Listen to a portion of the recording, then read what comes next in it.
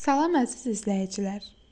Bugün sizə hamımızın mətbəxində olan, amma çox vaxt zibil qutusuna atdığımız möcüzəvi bir vasitədən, xiyar qabığından danışacağam. Əgər dərinizin təbii yolla parıldamasını, nəmlənməsini və təravətlənməsini istəyirsinizsə, bu videonu axıra qədər izləyin. Bəs xiyar qabığının dərimizə nə kimi xeyri var? Dərini nəmləndirmə. Xiyar qabığı yüksək miqdarda su ilə zəngindir. Quru və yorğun dərini anında canlandırır. Məsamələri kiçildir və dartır. Tərkibindəki təbii maddələr sayəsində genişlənmiş məsamələr sıxlaşdırır, dəriyə elastiklik verir. Göz ətrafı şişkinliyi və qaraltını götürür. Yorğun gözlərin ətrafında ödəmi və tünd halqaları azaldır.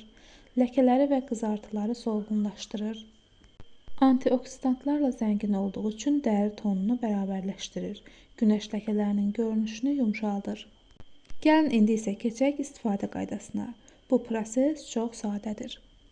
İlk növbədə xiyarı yaxşıca yuyun və qabıqlarını soyun. Üzünüzü gün ərzində yığılan çirklərdən təmizləyin. Təzə yuyulmuş xiyar qabıqlarını daxili tərəfi dərinizə toxunacaq şəkildə üzünüzə və boyun nahiyənizə düzün. Qabıqları dərinizdə 15-20 dəqiqə saxlayın.